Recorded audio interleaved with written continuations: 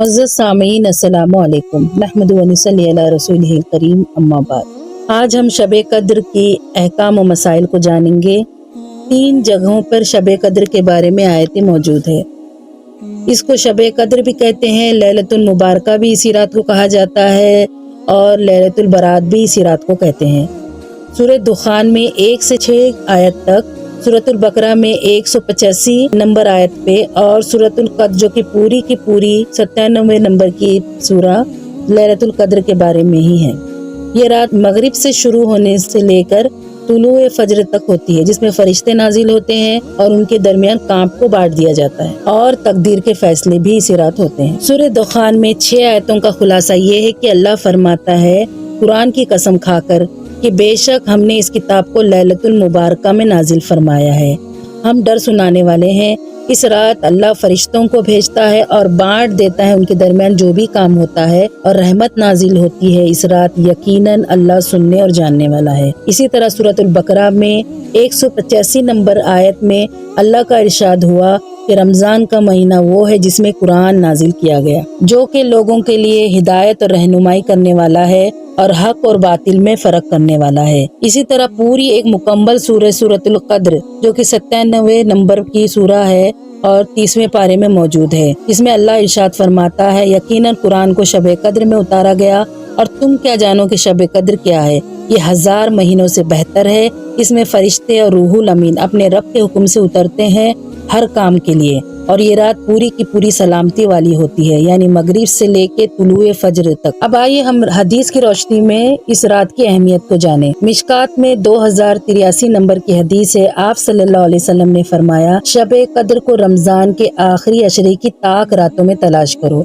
यानी 21वीं, 23वीं, 25वीं, 27वीं और 29वीं। इन तमाम रातों में से एक रात शब कद्र की होगी, और एतिकाफ का असल जो मकसद है वो शब कद्र की तलाश है। जैसा कि मिशकात में 2086 नंबर की हदीस है। आप सल्लल्लाहु अलैहि वसल्लम ने पहला अशरा एतिकाफ किया, फिर दूसरा अशरा आपने एतिकाफ किया, फिर आपने अपना सर खेमे से बाहर निकाला और आपने इरशाद फरमाया कि मैंने पहले अशरे में शब कद्र की तलाश की लेकिन मुझे नहीं मिली।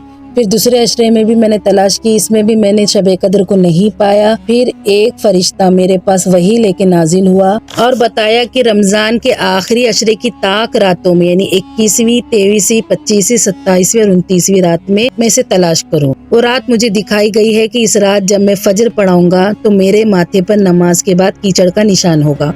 और सहाबा फरमाते हैं कि 21वीं रात को इतनी बारिश हुई कि मस्जिद नबी की छत टपकने लगी, और आप सल्लल्लाहु अलैहि वसल्लम जब नमाज पढ़ के सहाबा इकराम की तरफ मुतवज्जा हुए तो आपके माथे पे कीचड़ का निशान था, क्योंकि मस्जिद की फर्श जो थी वो कच्ची मिट्टी की थी। तो सहाबा को पता चल गया कि रात शब कद्र थी। इस एक रात का सवाब 82 साल इबादत करने के बराबर है। मिशकात में 1958 नंबर की हदीस है। आप सल्लल्लाहु अलैहि वसल्लम ने फरमाया, जो शख्स ईमान और एहतिसाब के साथ, एहतिसाब कहते हैं इखलास, सवाब और इस्लाह नफ्स को, यानी एहतिसाब के साथ रमजान के रोजे रखे, अल्लाह उसके सारे पिछले गुनाह माफ कर देगा। और जो ईमान और एहतिसाब के साथ रमजान में क़याम कर ले उसके भी सारे गुनाह माफ हो जाएंगे।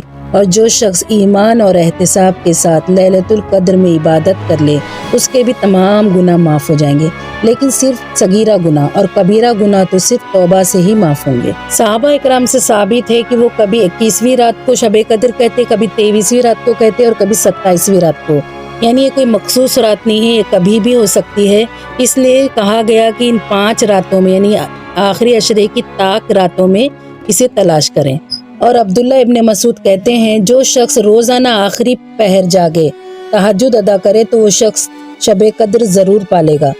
तो उबई इब्ने काब ने उनकी बात पे कहा कि अब्दुल्ला इब्ने मसूद ये बात इसलिए कह रहे हैं कि सिर्फ रमजान का ही क़याम पर इक्तिफा ना करे बल्कि पूरे साल ही तहज्जुद की इबादत कर ले।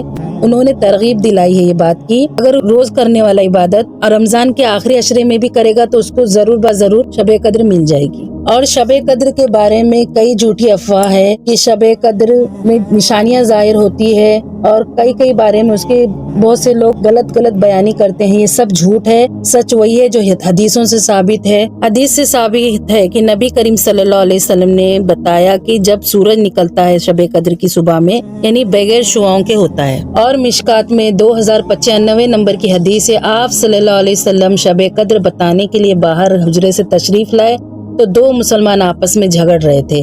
آپ صلی اللہ علیہ وسلم بھول گئے، یعنی اللہ نے ان کو بھلا دیا۔ حکمت یہی تھی اس بات کی کہ لوگ اس رات کو پورا عشرہ ہی تلاش کرے تاک راتوں میں۔ حضرت عائشہ صدیقہ رضی اللہ تعالیٰ عنہ کا قول ہے کہ آپ صلی اللہ علیہ وسلم رمضان کے آخری عشرے میں عبادت زیادہ کیا کرتے تھے اور بہت زیادہ سخی ہو جاتے تھے پورے سال کی بنسبت، اور آپ نے آخری عشرے میں کبھی بھی اعتکاف کو نہیں چھوڑا یہاں تک کہ آپ کی وفات ہوئی، یعنی آپ نے ہر سال اعتکاف آخری عشرے میں کیا، اور یہ سنت موقدہ کفایہ ہے، یعنی اعتکاف کرنا چند لوگ کر لے تو باقی کے لیے کافی ہے۔ ان تمام احادیث سے ہمیں یہ پتہ چلا کہ لیلۃ القدر جو ہے وہ کوئی ایک خاص رات نہیں ہے، بلکہ آخری عشرے کی 5 طاق راتوں میں کبھی بھی ہو سکتی ہے۔